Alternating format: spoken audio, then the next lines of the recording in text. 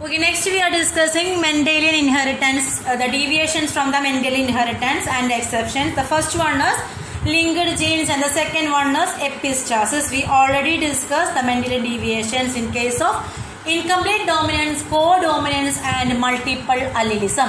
And here we are discussing linked genes and epistasis. Okay. The law of independent assortment is applicable if the alleles occurs on different chromosomes. Okay, those alleles are residing in the same chromosome. Usually they are said to be linked or linked genes. Okay, for that genes, the independent assortment is not possible. So this linked genes is a deviation from the Mendelian inheritance. Clear it is? Then the next one is epistasis. Epistasis means we know that the phenotype of a one gene, phenotype of one character, it means the expression of a one gene. But in epistasis, it indicates that the contribution of more than one non-allelic gene causes phenotypic effect. Clear?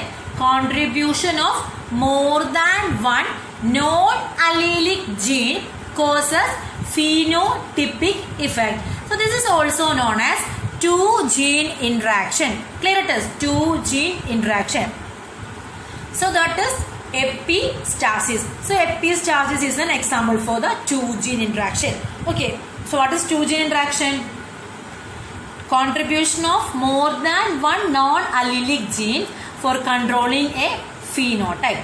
Okay. According to Mendelian inheritance, for dihybrid growth, the usual phenotypic ratio is 9:3:3:1. But here we get the result. Look here. Here we get the result 12:3:1. Okay, 12:3:1. And another one 9:3:4. Clear? So here we are not getting the phenotypic ratio proposed by Mendel. We are getting the another one. The example for the epistasis is fruit color in summer squash and cod color in mouse. Okay, two examples for the epistasis. One is fruit color in summer squash and cod color in mouse. And another example, the fruit color in sweet pea, also an example for the epistasis. Clear it is? Okay, next we are discussing chromosomal theory of inheritance. We know that Mendel didn't get recognition for his work because of the limitations in communication on those days. And also Mendel did not know what is gene. Mendel tell it is a factor, and later the invention of the chromosomes, we identify that it is a genes or characters are transferring from one generation to another through the genes. Okay, so Mendel didn't give a physical proof or the existence of factors. I mean here the genes. So after Mendel died, three scientists, Hugo de Vries, Carl Correns and von Teschmark, rediscovered Mendel's work. Okay, in 1902, Walter S. Sutton and Theodore Boveri, they proposed that chromosomal theory of inheritance. In 1902, Walter S. Sutton, he is an American geneticist, and Theodore Boveri, he is a German cytologist. Okay, these two suggested genes are located on chromosomes on specific locations. What is it? Genes are located on chromosomes on specific locations. Okay, they connected Mendel's genes, okay, that with the chromosomes. So what is the comparison between chromosomes and the genes? Chromosomes are seen in homologous pairs, okay, and the genes are also seen in allelic pair. It may be homozygous or heterozygous. It's seen in allelic pair. And chromosomes are separated during gamete formation, okay, and also the genes are separating or segregated during gamete formation.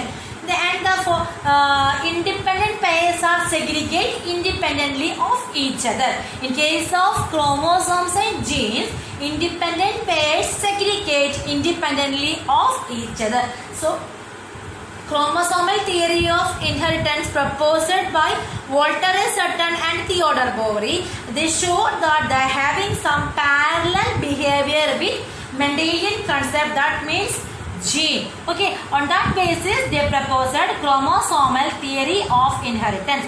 Okay, following this, an American geneticist Thomas Hunt Morgan and his colleagues conducted experiments on this chromosomal theory of inheritance, which led to the discovery of basis of variation.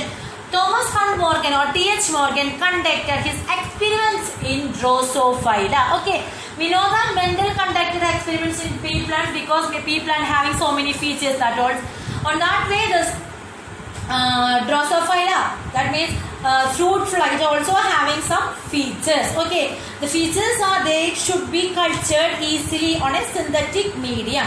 They complete their life cycle in about 2 weeks, and the results, the next generation progeny we get in a short time, and a single mating required for getting a large number of progeny. And male and female flies are easily distinguishable. Okay, and the male are smaller and the females are large. And this Drosophila having so many body features like eye color, body color, wings, etc. So this can be easily identified with the help of microscope. And one of the most important features is they can breed. Okay, the breeding can be done throughout the year. So these are the features why T.H. Morgan chose Drosophila for his experiment. Okay, what is it? It cultured very easily. Then the breeding can be done throughout the year. Then they complete their life cycle within about 2 weeks, and the next generation progeny we get in a short time. And a single mating could produce us a large number of progeny, and males and females are easily identifiable because of their features, and eye color, body color, wings are also be different. Okay, so on that basis T.H. Morgan proposes linkage and recombination. So what is this linkage and recombination?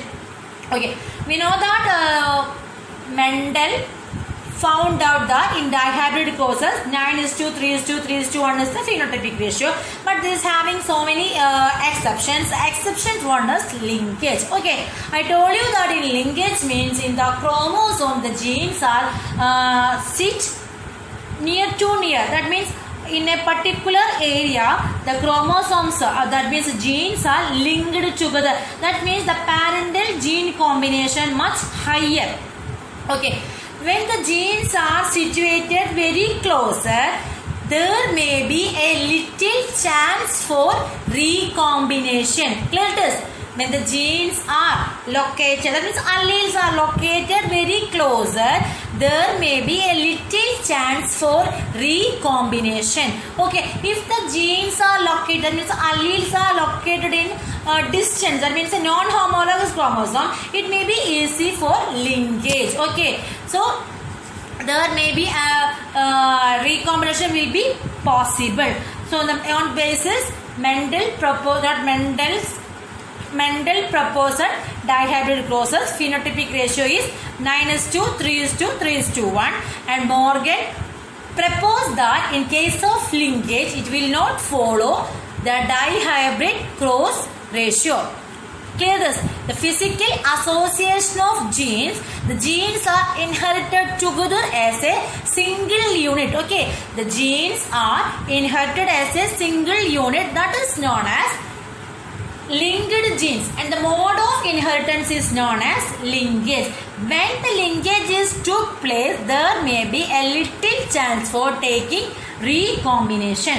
If the genes are located very apart from one another, so there shows higher rate of recombination, and that type of genes are known as incompletely linked genes. So there is a two type of genes. One is linked genes and the another one is incompletely linked genes. Clear it is? Genes which are placed very closely with least chance of recombination. Clear it? Okay. So that type of genes are known as completely linked genes, and genes which are located wide apart, this showing higher rate of recombination, and this type of genes are known as incompletely linked genes. And we know that only the recombination provides varieties. Okay, so in 23 chromosomes it is possible to make recombination. Clear it is? So Morgan conducted his work in Drosophila.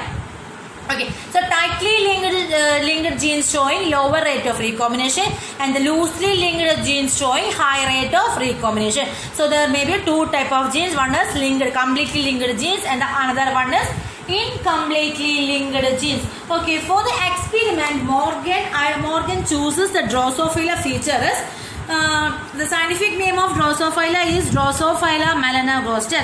Okay, for his studies he uses yellow-bodied, white-eyed. Okay, you have textbook.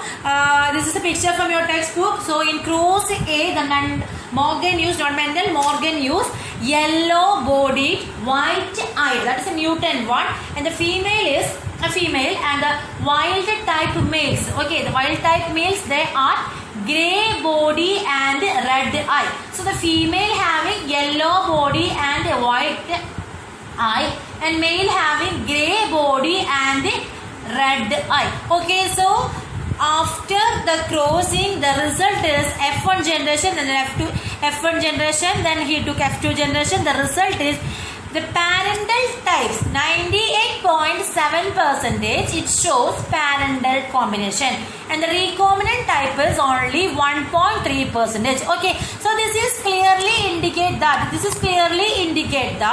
the genes are linked together. Okay, that's why they having less recombinant rate.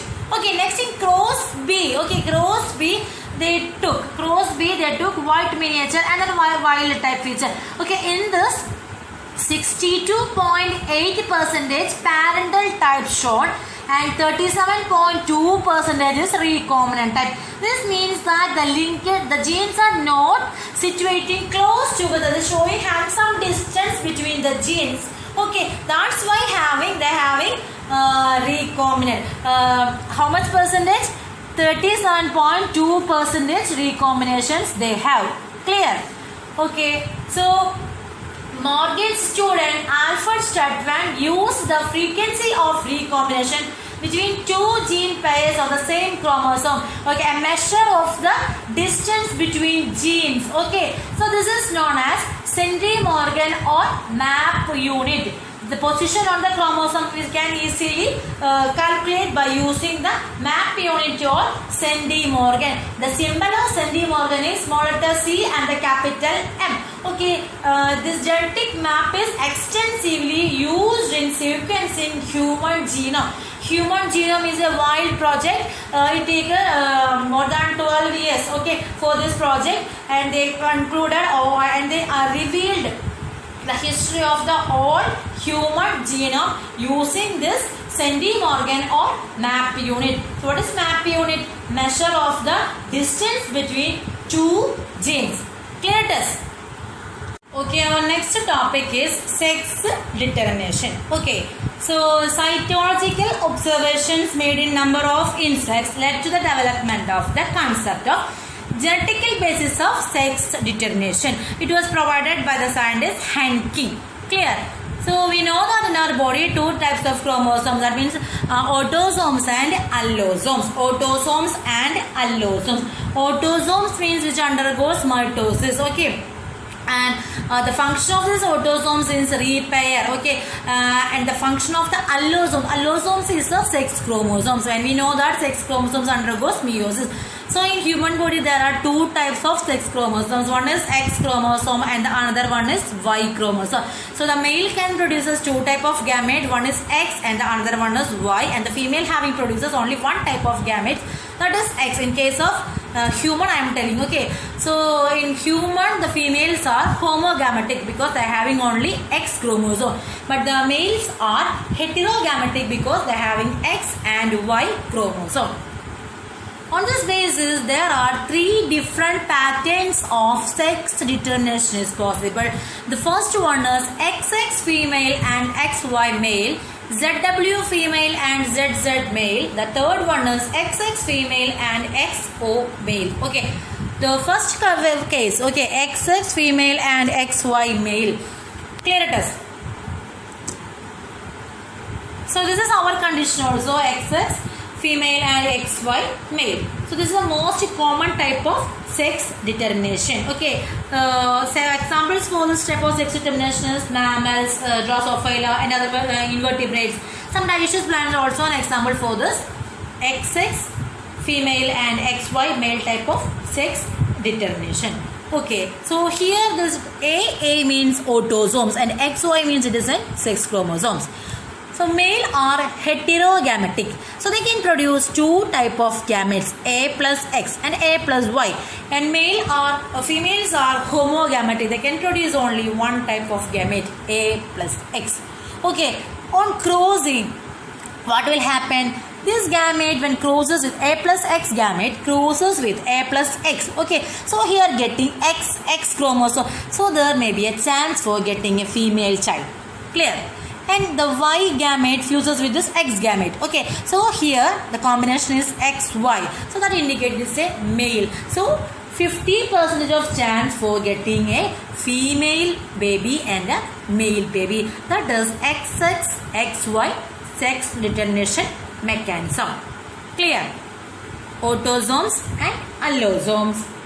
Autosomes and allosomes. Allosomes means X and Y chromosomes are the allosomes. They are having a great role in sex determination. There are three type of sex determination systems: XX female and XY male, ZW female and ZZ male, XX female and XO male. So this is the first case. Clear it is. Next case is ZW female and ZZ male. It happened in the case of birds. Okay, here the females are heterogametic. See this Z and W. So this female produces two types of ova. Either they can produce A plus W or A plus Z. And the sperms are produced only one type, that is A plus Z. Okay, and after fusion, according to our mental inheritance, if fused, the organism is getting Z plus Z chromosome. It may be a male bird. Okay, and ZW and it is a female bird.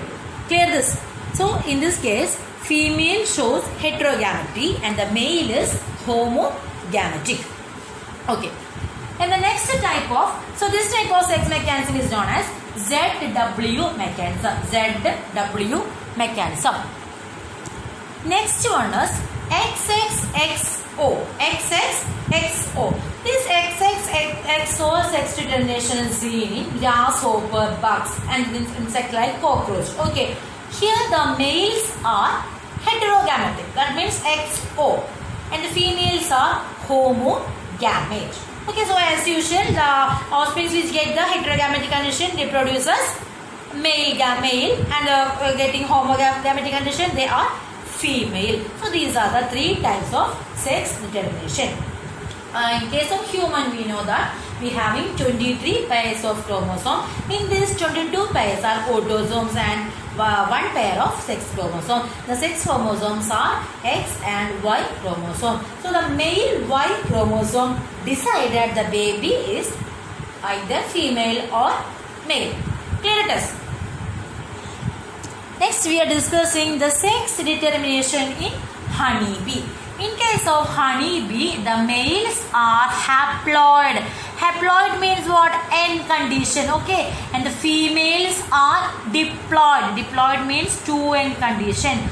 So here the number of sets of chromosome in each honeybee.